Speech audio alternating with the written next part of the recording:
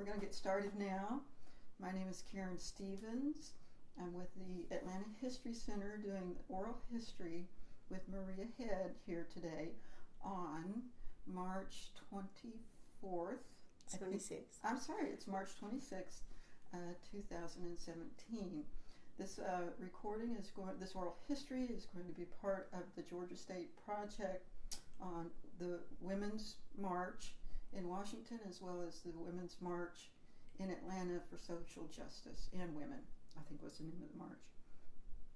And so today, I'd like to ask Maria to start by saying a little bit about where you were born, a little bit about your history and your upbringing. Okay, it's Marie. I'm sorry, That's okay. Marie. No problem. People do it all the time. So, I was born in Atlanta, Georgia. Have been in Georgia most of my life, except for a couple years. I was born at Grady Memorial Hospital, and my folks, who were from a small community outside of Atlanta, Carrollton, Georgia, in Carroll County. They moved me out there when I was about 2 years old. My sister was born later out there in Carroll County, but spent most of my life in Carroll County. Went to school there, grew up there, had the community there. In 1977, I took a civil service test and went to work for the federal government so I could get out of Carroll County. I got pregnant when I was 16, had my son, and ended up marrying his father, and had to get a GED in order to finish high school at the time, but then began doing some training at a technical school locally there, and that's how I did accounting and learned that trade, and took a civil service test and ended up working for the U.S. Department of Housing and Urban Development in Atlanta. They had an education program there, so I was so thankful for that, so I could go to school there locally, and the government subsidized my education, and I attended classes there for Troy State University and and went to West Georgia College, some out in Carrollton at night. After I went to work for HUD, driving back and forth to Atlanta, I started moving up the ranks there in the different organizations there, and I had some really great women mentors that I think about now. In particular, my boss, who did things like she told me, go buy some business suits, and sit in the meeting. And when you walk into the meeting, you own the room, that sort of thing. She gave me a lot of good advice about that. So I moved up the ranks there. And in 1988, one of the directors there asked me if I wanted to run their housing programs. And I said, I don't have any background in housing. He said, you'll learn. And ultimately that ended up really jump-starting my whole career. And that's what I've done for the rest of my career, which now spans about 38 or 40 years, And so I worked at HUD for 20 years as a civil service and kind of thought I'd retire from there. And in 1997, because I was dealing with mortgage banking firms, one of them recruited me to leave the federal government and come to work for them. And so it was a hard decision, to give up my civil service retirement, because even though I had the years to retire, I didn't have the age yet. So I left behind that civil service retirement and went to the private sector. A couple times shook my head that did I do the right thing, but ultimately ended up moving through the ranks there at the mortgage banking firm too, which ended up being bought by Prudential Life Insurance Company of America, or Prudential Financial as it's better known now, and ended up running the place as the president and CEO after about 4 or 5 years there. During that time, I met a gentleman who ended up being HUD's Secretary of Housing and Urban Development during the Obama administration, and he asked me to come with him and run the housing programs with the Obama administration. So that's a little bit of my background and history. Had an unusual young adult life, and during that time also ended up having to have some reproductive care ended up having an abortion. Actually, I had 2 abortions, and it became really close to my heart that women should have a right to choose. And so I've been a huge pro-choice person for a long time. I was part of a study. I can't remember the exact year, and during that time, I decided to do an interview with CNN because I was going to testify before the Federal Drug Administration about the morning after pill. Can't think of the technical name for it right now. So I kind of went out on a limb because I had to tell a lot of people then. People were going to know that I was that I'd had an abortion, and I was so appalled at the way I was treated during that interview, not by CNN, but because there were threats against my life because I were going to do an interview that day. They put me in a separate room, and I had to sit in a separate room to be interviewed remotely, and people were in the audience, anti-abortion people threatening me and calling me a lot of really, really ugly names and everything, but I was determined that I was going to do that. My family knew, and so they were all very supportive of me. So that's basically most of my history. History and background there, and so when did you first hear about the Women's March and the Social Justice and Women's March, as well as the March in Washington? I think it was the night of the election. It was funny because I got a text from a friend who said that this march was being planned, and no one really knew how we were going to end up on election night. We put our popcorn together and got downstairs, and I'd always been a Hillary Clinton supporter. I also liked Bernie Sanders, but I was a real Hillary girl, even back in 2008 when she was campaigning against Obama. And I was proud, and I thought historically it would be great to have a woman president because I know what kind of courage women have. And I did, in the end, end up working for President Obama in his administration, and loved him. But when Hillary was running, I was back on the stage with her. So I was really disappointed that night when the election returns began to come in, but I got a text from a friend saying there's a march, and I'm like, Don, I'm going. To my husband, Don, I'm like, honey, I'm going. He goes, I know you are.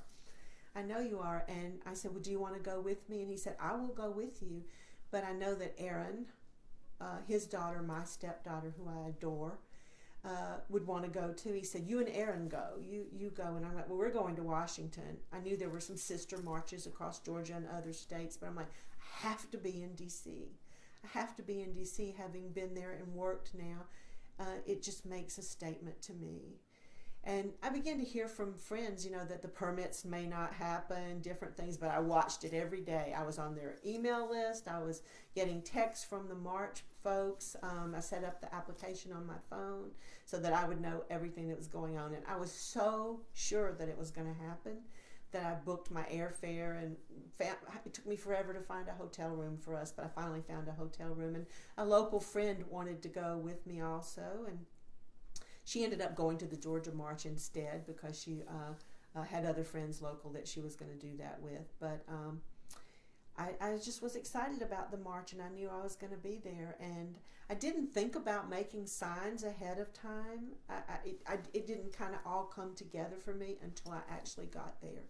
And I flew in the day of the inauguration and walked the streets of D.C. that I had lived there and knew all the places to go. And I really did notice that there was not that many people there for the inauguration. You didn't see them in droves the way you saw the women with the knitting the pussy hats as they walked down the street, which I adore. I took their photos. I'm like, I'm here with you. I'm here with you.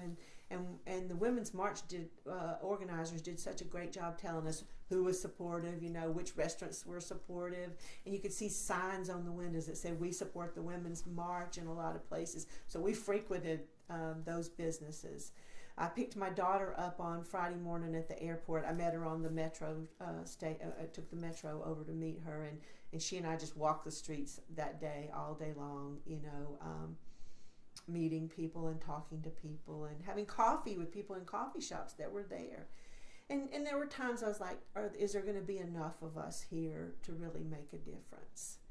And then the next morning, I told Erin, our daughter, I said, let's go early so that we can just see what's going on. So at 7 a.m., we got a cup of coffee in the hotel lobby, and we headed out to the metro. We had to wait for 2 trains. Trains passed us by because they were full. We were boarding the metro in Alexandria, and trains were just passing us by, and she's like, oh my gosh. So finally a train came, and we were able to squeeze in, and every time someone got onto the train that had a sign or a hat, cheers would just go out, and I could just feel the excitement from that. And I didn't have a pussy hat, but she and I went to the Walgreens in Alexandria and got markers and poster board, and we made signs, and she was like determined because she was so upset. She's 20. Well, she's 30. I'm sorry. I was going to say 29, but she's in her early 30s now. And she was just so excited to be there. And she'd never been politically active. And I could just feel her excitement. And I was so happy to be with her. Had you marched before? No, but I told people after I decided that I was going that if I'd been a little bit older, I would have been burning my bra with Gloria Steinem, and I would have been out there doing those things. I sort of missed that because of my history of having my son early and marrying early in my life. I really wasn't out there doing those things. But when I met my current husband, Don, he and I talked about politics a lot. And before I married him, I had gotten a little bit of a sense that he might be a little more conservative than me.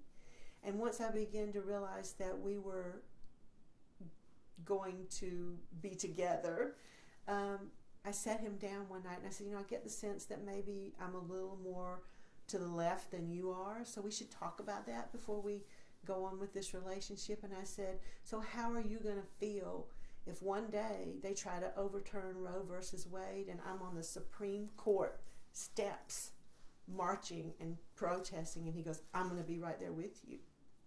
So I think my heart would have been in a lot of those protests if I had been in a different part in my life. But no, it was my first protest, and I've done several since then. So, what led to your decision to march? I know you said that you knew the day of the inauguration that you were going to march. You'd heard about it. The time between then and when you and your stepdaughter actually marched, how did that decision evolve? Or you said you knew immediately that you were going to march? I did. I was so I couldn't believe what was going on during the election. I mean, to have someone running for president that says he grabs women by their pussies, I was appalled. It was unbelievable to me, and I could not stop watching what was going on in our country. So I knew, there was never any doubt in my mind that I was going to be there protesting. And I was a professional woman, and I really didn't care who knew. Friends, neighbors, professional people that I worked with, I didn't care. I knew that we had to make a statement about something. But it was just all the rhetoric and calling, Clinton a nasty woman, and things like that. It just was appalling to me, talking about the bad hombres and what he was going to do, Trump was going to do about all these things. It just was unacceptable to me. I knew, and I don't plan to stop. It just was coming from inside of me that I had to do this. Could you talk a little bit more about what that coming inside, what that was like? It was an emotional buildup. I cried a lot. I was very emotional about things that I was seeing, and I was angry. I was very angry deep down inside that our country would be in this place. I guess maybe the anger drove me more than anything, that these human rights. I mean, people are human beings, and that we would put them in categories, that we would, that we would demoralize them. I remember the day that I saw the video of Trump doing mocking the reporter, talking about the Hispanic judge who, and he had to categorize everybody and put them, and the things that have made me angry through my life are people, people who do things to children, senior citizens, or people, of different colors, I grew up with a very racist mother, who I've been estranged from for many, many years. She is still alive, but I never see her or talk with her. And after my first husband passed away, I actually dated an African-American gentleman. And we had different issues about different things, and so it didn't work out. But I remember telling me that she would disown me if I continued to date him, And those things just inflamed me. And I was like, how can people not understand that we're all human beings? And that was part of the anger and the emotionalism that I felt. I had to do something. Talk a little bit about that day, the morning of the march, when you and your stepdaughter Erin were making your way towards, you talked about the train and somebody get on and there'd be elation. Did you have expectations that morning before you all set out? No, I think I was probably a little apprehensive because I was like, I want to be down there. I want to do these things. I was worried about safety. I have a granddaughter who's 7 and a grandson who's 11, and Erin really wanted to bring Nora, our granddaughter, and I did too. And her other grandparents, and even my husband Don and her father, were a little worried about safety. They were worried about our safety too, right? And I after I began to see the children in the crowd and folks that had brought their children, I wish we had brought Nora, But we were determined we were going to take her some souvenirs, and she, we did buy things for her and our grandson too, to bring home to them. But so I had a little bit of apprehension there. I didn't know. I kept saying to Erin, I want you to be on guard. We don't know what's going to happen. And so, but the more we got on the train, and we talked to people on the train, we were packed in like sardines. I remember there was a gentleman, a very large gentleman, who, by the way, I would not have picked out as a marcher. I say this regularly now. I have to back myself up sometimes because I stereotype people, and then I'm really happy when it doesn't work out that way. But he was standing, a very large man standing next to me on the train, and he started talking to some of the women around him, and I was listening. And he said, I'm going to the march. And he's like, I voted Republican all my life, but this shit is not going to happen here. And I was like, yes. And there were a lot of guys on the train supporting their wives, girlfriends, daughters, whatever, and they had pussy hats on and everything too. And so I settled down after a little while. We wandered around. We got there early, got a really good place in front of one of the jumbo screens. And once we began to huddle with people and talk to people and see the different signs, it was like, this is where we need to be. People would come up to us. We'd take photos with people with different signs. We would talk to people why they were there, and then of course the program started and all the speakers were up, and there were many speakers that day. We stood for hours, and in fact we were 2 hours late starting the march, and but the excitement built, and having never protested, the chants began, hey, hey, ho, ho, Donald Trump has got to go. And while I think that a lot of the march organizers and the people that were there were not necessarily there, we got accused of just being there, because we're mad about the election. We weren't mad about the election. We were mad about what was coming out of the election, right? I mean, if this president had come in, so I didn't go protest when George W. Bush was elected. I didn't like him. I didn't like his policies, but there was so much that there was to be I felt needed to be resolved, and they needed to hear about, right? So the passion just kept building and kept building, and then Ashley Judd got on the stage and did this rap about, you know, why we're here and stuff like that, and I was like chanting with her. I was screaming. I was yes, yes, yes, you know, and as the different speakers came on and we talked, I began to see how much support there were. I mean, there was a women's congressional delegation came over, Maxine Waters and different people came over and spoke to us and motivated us and cheered us on, you know. And I would turn around and look behind me at the sea of people that were just all the way, I could see all the way back to the Capitol and the Washington Monument. I could, everywhere. I have photographs of people in trees who climbed up in trees so they could see, women and children in trees. And it's just like, I was like, look, Erin, look.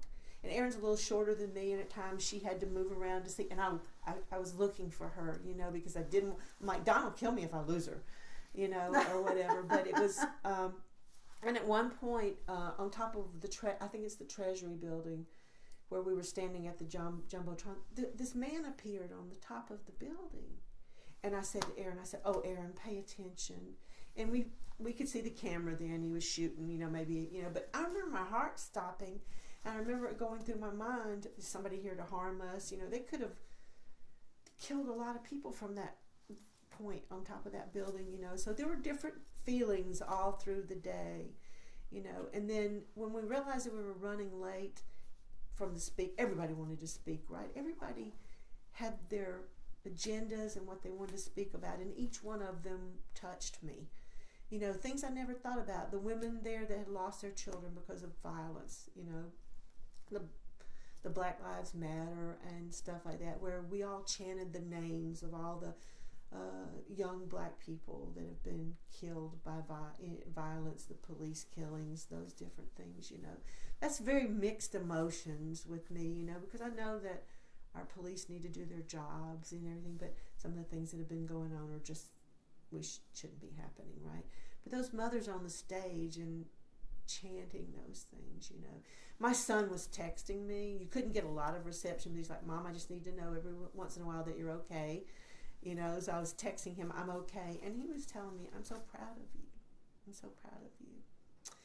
So then we began to chant, it's time to march, it's time to march, it's time to march. And finally they heard us. And like we were an hour and a half late starting, and we started the march, and we went all the way down to the White House. We never stopped chanting. People were holding arms that didn't know each other. You know, and I remember when the Million Man March and the Million Women's March happened years ago, I was just imagining that when Martin Luther King Jr. was up there talking, I felt that way. I'm like, I have to have my voice heard. So we marched. We went all the way to the White House. We went by Trump Tower. You know, not Trump Tower, but the new hotel there, the new hotel they built in D.C. At the old post office site. And we marched by there, and they had barricades up so we couldn't get in, you know. But we were just so very, we had our voices heard. We weren't damaging anything. We were being, you know, we needed our voices to be heard. We weren't, do you remember any of the signs that you saw? Oh yes. Oh yes. What were some of your favorites? I remember, we know who you are. We're not backing down. There was one sign that really hit home with me that had the women's suffrage movement on it, and it said, I can't believe I have to do this shit again. And that touched me so much, because I was feeling that way too. I was like, here I am. I just turned 60 years old. And I'm having to get out here because of the way that a person that's going to run our country, and I was very angry with the Republican Party as a whole. I'm like, how did you not vet him? How did you not do what you needed to do before this happened? And then they just all seemed to love him after that, you know, because they could get their agenda done.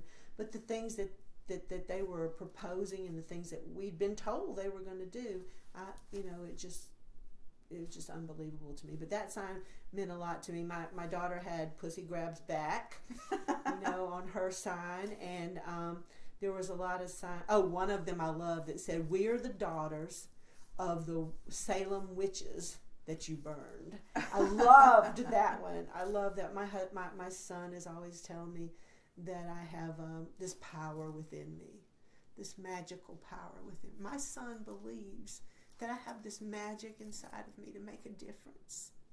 And that sign just meant a lot to me because there's a poster in my den that he says this got a witch on it, that says "My mother the witch" or "My mother's magic" or something like that, and he believes that about me, that I can make a difference, and I don't ever want to let him or our grandchildren down. I want to fight on with this. But those were the things that motivated me to be there today. And I held my daughter's hand. We walked through those streets and we talked to people, and we met people from everywhere. She came from Portland. I flew her from Portland, Oregon to be there that day.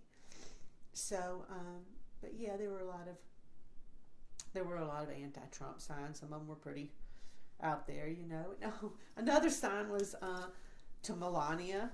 It said, "Blink twice if you need help." And some of them were funny. There were people standing up on the barricades chanting, and we were waving at each other and everything, and they won't only let us get so close to the White House, of course, and so we kind of circled around and then walked back. So it was an all-day thing, and we were, it was probably 5:30, 6 o'clock that night, and then we had to wait for trains. How long did the actual march from the beginning to the White House take? I think we started marching around 2 p.m. and it was about 5 or later. And what was remarkable was that as we were turning to go back, there was millions. I'm exaggerating now. My husband always accuses me of embellishing, but there was thousands of people behind us who were just making it to the White House barricade. And I wanted to just stand there and chant and chant and chant, what do we want? Health care. When do we want it? Now. For everyone. We were chanting, and there were a lot of people with megaphones, and they would start up a chant, and we would all join in, and everything. It made me so angry when people said we were paid protesters. I didn't get paid. I felt it in my heart, but that makes me so angry that people thought that was what were happening. I had a situation after I did have some physical therapy when I came back home, and there were some people talking about the Affordable Care Act at the therapist that day. And I went in, I was sitting there on my phone, and I overheard this conversation. And this woman behind the desk who was signing people in said, "I know, I heard George Soros is paying those women to get out there and march. Wasn't that blah, blah, blah?" And I said, I went in for my therapy and I came back out, and I very tactfully leaned over to her and I said, "I was there and I marched and nobody fucking paid me." And she didn't know what to say. Now, I didn't say it loud enough to cause a disruption in the office, but I wanted her to know that other people are sitting in that office, and she was a business, and she needed to be respectful of other people's thoughts. So, were you aware of the media coverage at the time or afterwards? I was. I knew once I got there, and there were so many people that there would be media coverage, and that was exciting, I think Erin and I watched the news way into the night that night. I had to take her back to the airport to catch an early flight the next morning, but she, I'm like, we got to see if we see us, but there were so many people, but it was just incredible, that sea of pink. Even people that didn't have on the pink hats had on pink shirts, and I had on a pink shirt, she had on a pink shirt, it was pretty incredible. But yes, I knew there was media coverage there that day. When did you, or do you remember the first time you realized that it was global and not just... I think that morning on the news, before we left out that morning, it was... there were sister marches that had already happened. I think Australia maybe was the first one. We saw it on the news that morning before we left out to march, and I'm like, holy cow, this is big. You know, this is big, and people around the world understand what we're going through. You know, so I think that's when I realized that was going on, and that the other marches happened during the day. I also texted a few of my friends who were in Atlanta, you know, that were marching, you know, and knowing what was going on here as we were doing that there.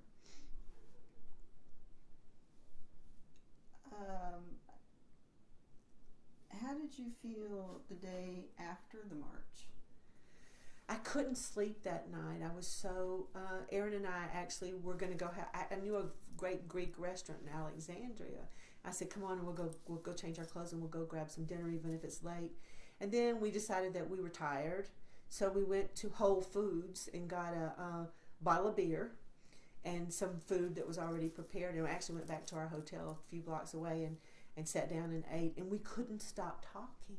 We were texting people were texting us, we were talking about it. We talked to people in the lobby, you know, and we saw some of the Trump supporters with their Make America Great hats on, roll their eyes and stuff, you know. We didn't give a shit, you know, we didn't care.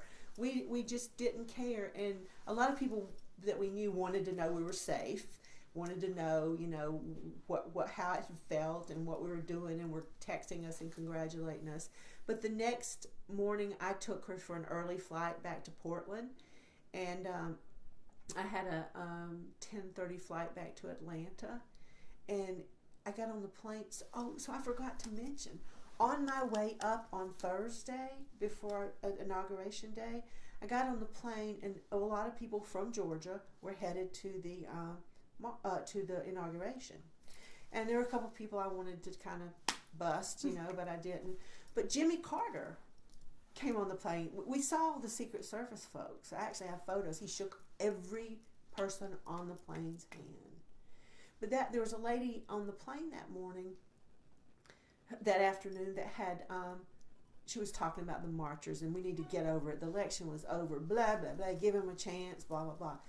On the plane back the morning after, there were so many people headed back to Georgia, and they all had their hats on. It was a different environment because I went up a little early when I went up on Thursday, so I could pick Aaron up at the airport. So I was on the plane with a lot of Trump supporters going in, although the lady who sat next to me was headed to the march. But we didn't talk about it so much. On the plane, it was the buzz of the entire plane. People came on with their signs. So there was this feeling of, yes, we got this. And I bought a Washington Post newspaper in the airport because there was this huge picture of all the marchers, the sea of pink, you know. It was incredible. So Dawn must have had to listen to me for 3 days or more because all I could talk about was who I met, the lady who gave me the pussy hat in the metro station. You know, she said, you don't have a hat. Here's one for you. And I said, well, can I pay you for it? And she goes, this is yours. And she gave Aaron another hat, you know. So there was this feeling, okay, you got to pay attention to us. And I think I was worried a little that people would be excited about the march, but then it would just kind of fizzle out. It hasn't. It hasn't fizzled. There is a resistance here it's not going away. There's a resistance that's not going away.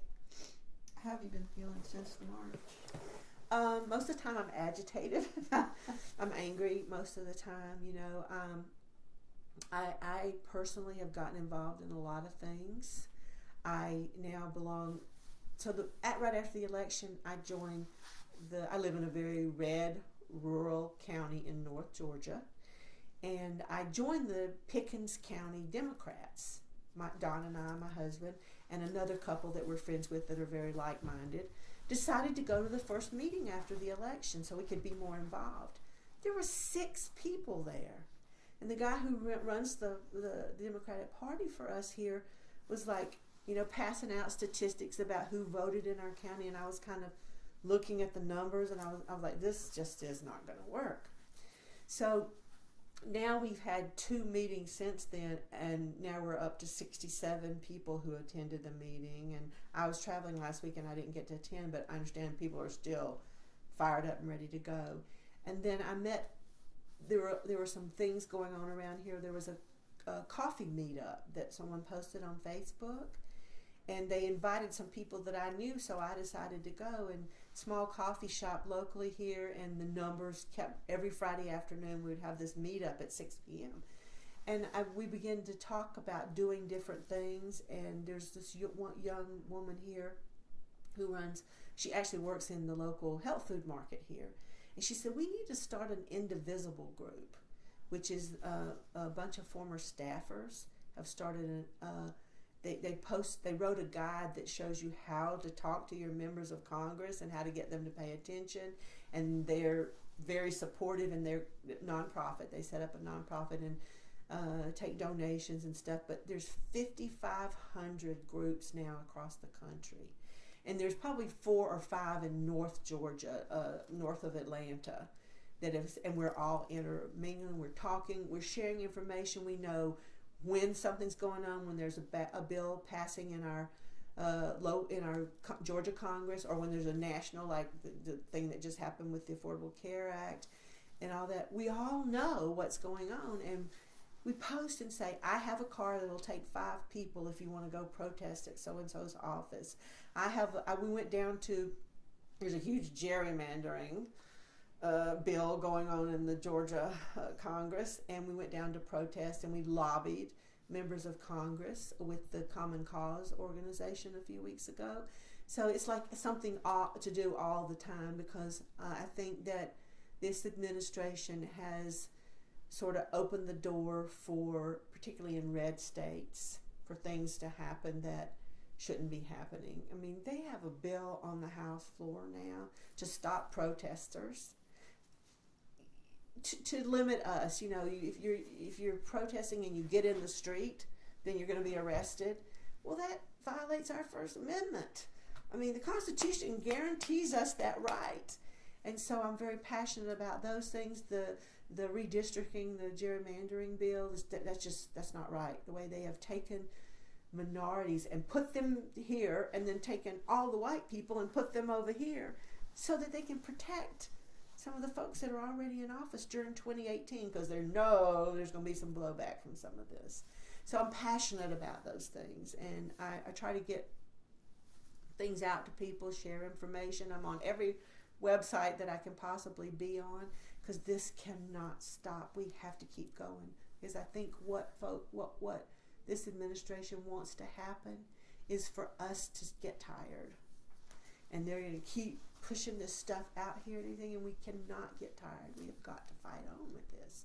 And I think the Women's March was just the first of that, you know, and I think that, you know, we have to talk to people. We have to educate people. We have to understand where they're coming from, but yet we can't let them do the things that they're trying to do. I worry about some of the folks in the White House.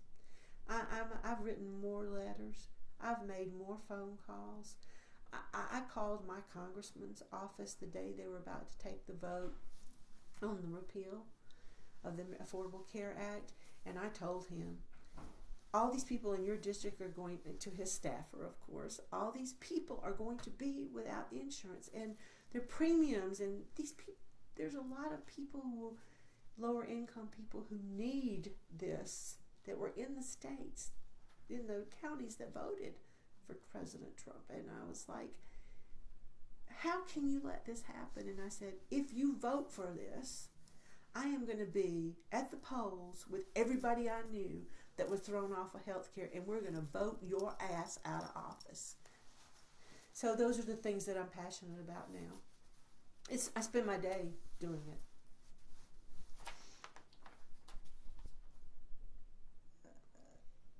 If we could go back to the day of the march, what stands out most in your mind from that day at the march? The masses, the people, the number of people, that there were so many people that came from so many places. I was genuinely worried that a lot of people wouldn't show up, but it was just the people, and that we were all together. People were sharing their lunches. People were sitting down together. People were getting up so other people could sit down on the ground. You know, you sit a while, I'll stand a while. People were just being good to each other.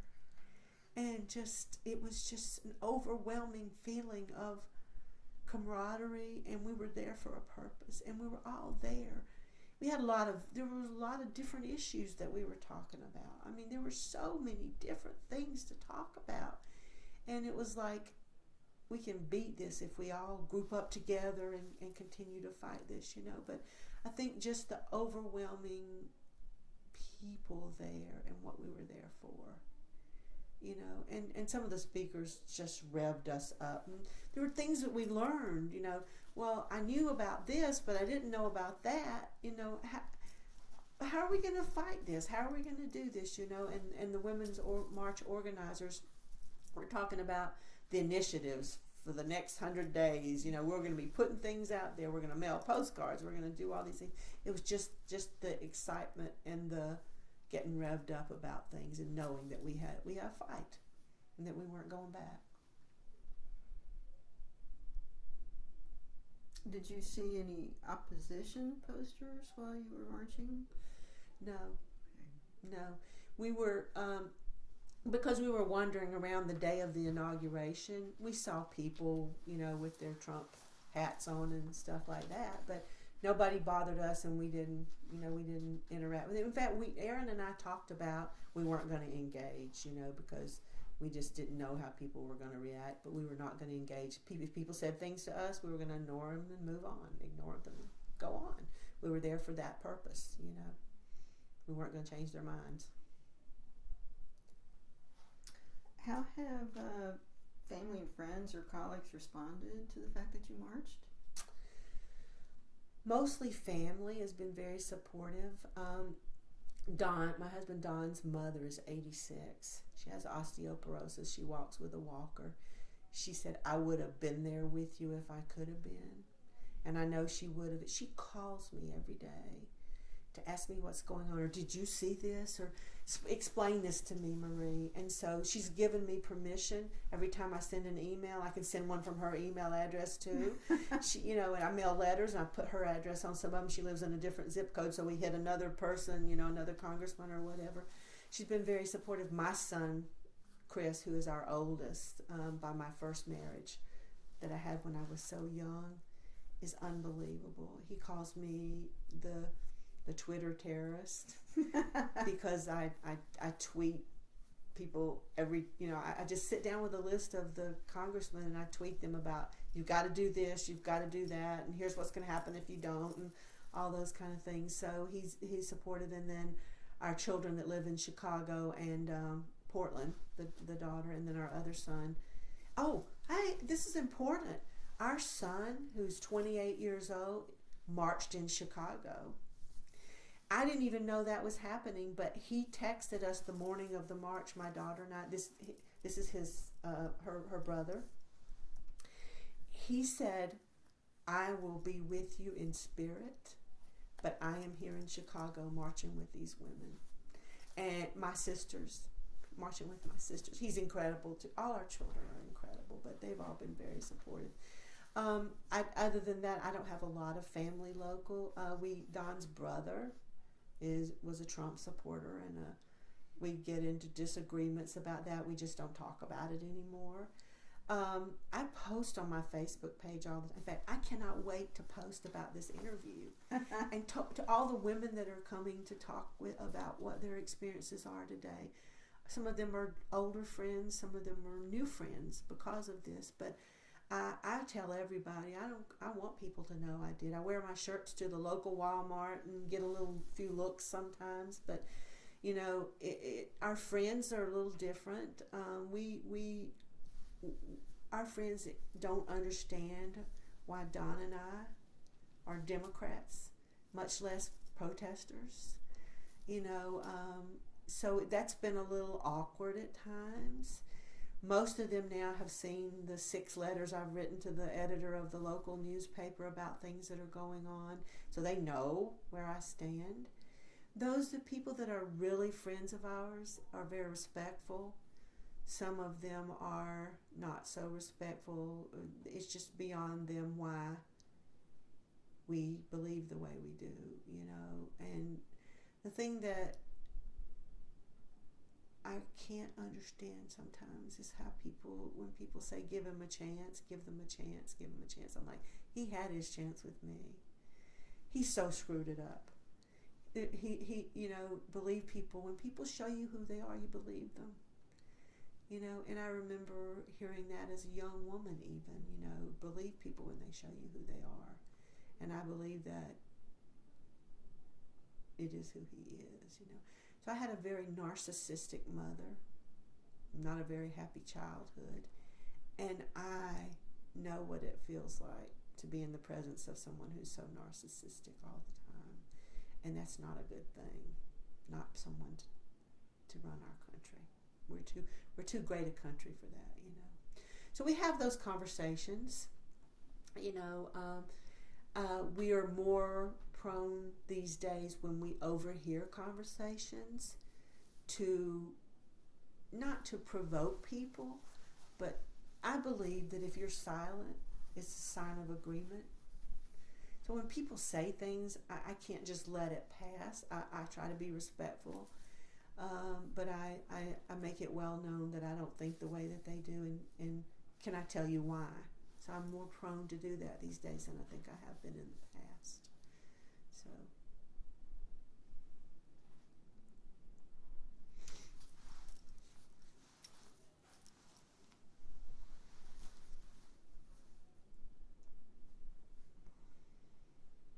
What do you hope will happen?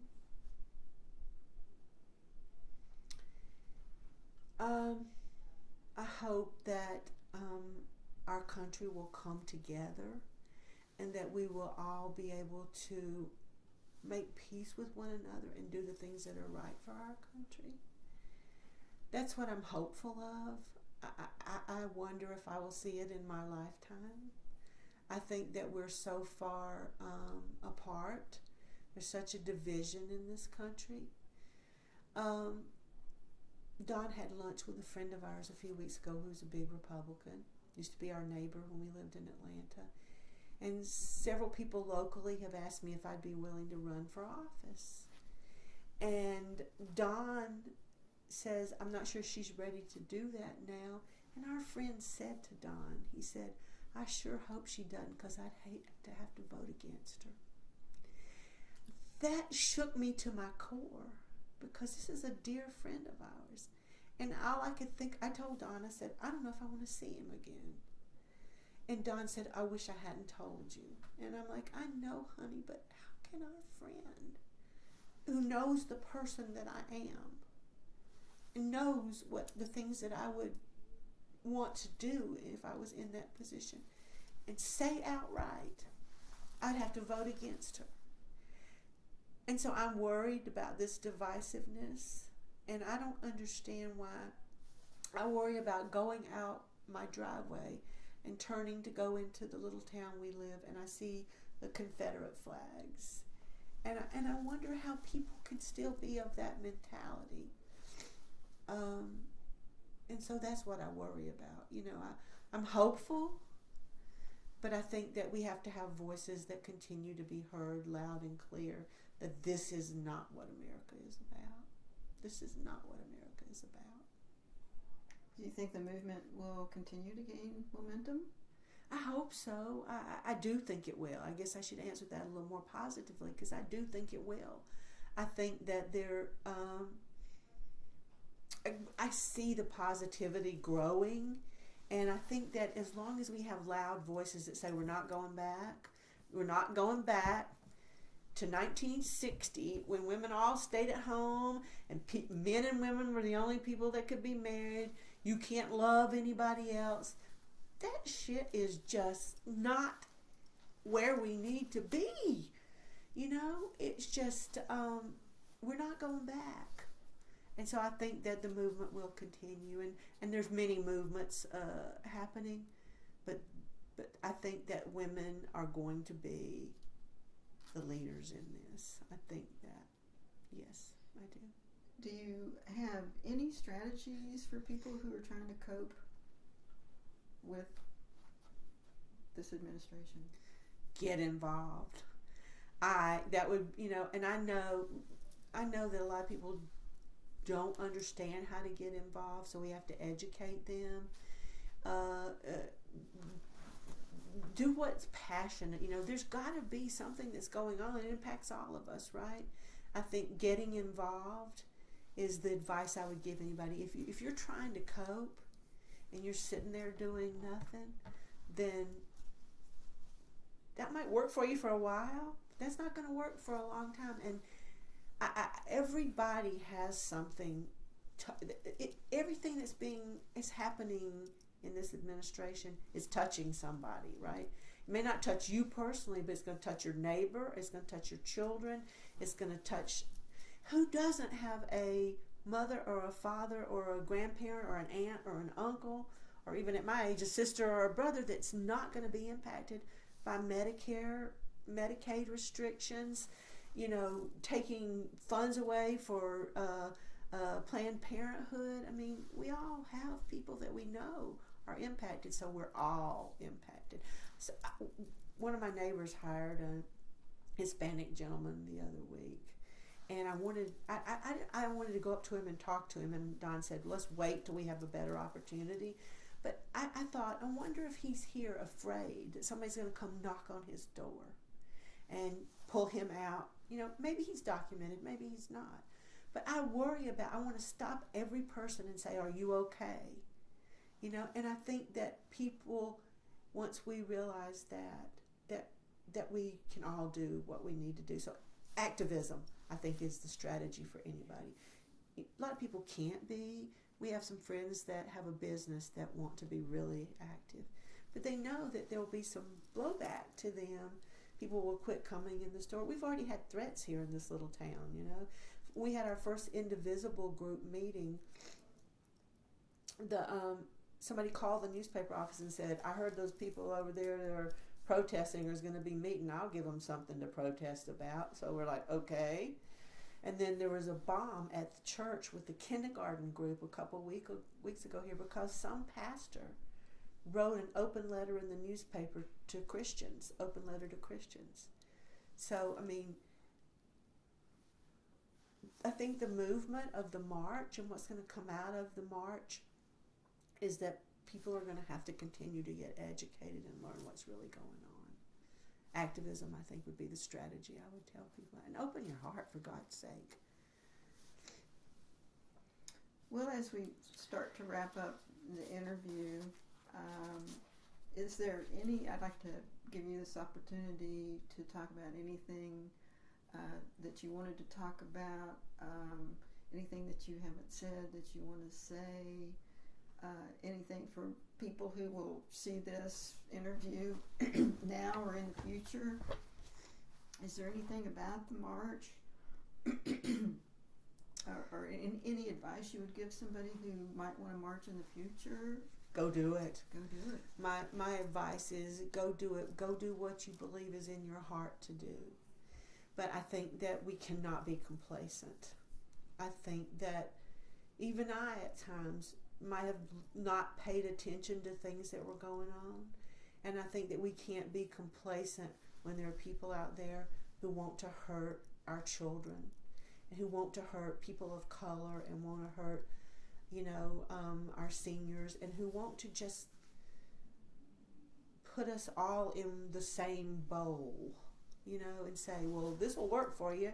But it's not going to work for all of us. We have to be open to different ideas and different people in this world.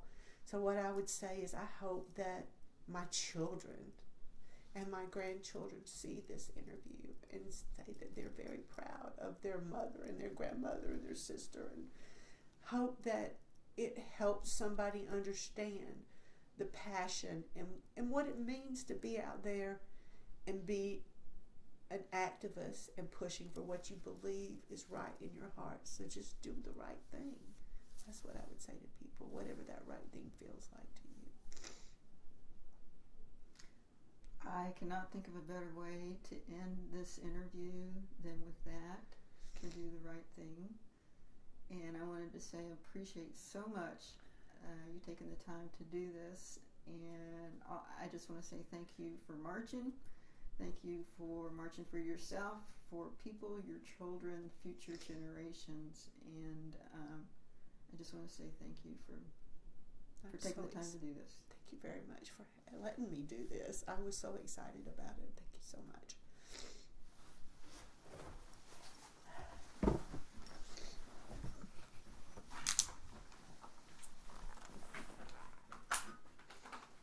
I can get on the tear.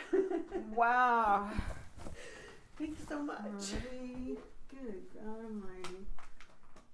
What a woman. Thank you so much. We're all powerful women. Yeah. It's good to meet you. You got some of my mom in you. I'm like your daughter. I have a partner. Oh, yes. Yes, I do. So thank you for having the courage, like we talked about, women have the courage to get out there when it's dangerous. See, somebody could, it's a large crowd. We've seen what can happen. Yes. And you went anyway. Yes. And it was a long trip, and you went anyway. Yeah. And I'm it going was, again if I have to. and it was difficult, and you went anyway. Yes. I am just so Thank you so in much. awe. I'm in know. awe. It's just the right thing to do. Do the right thing. Do the right thing. Thank you. Now I need to turn the other thing off.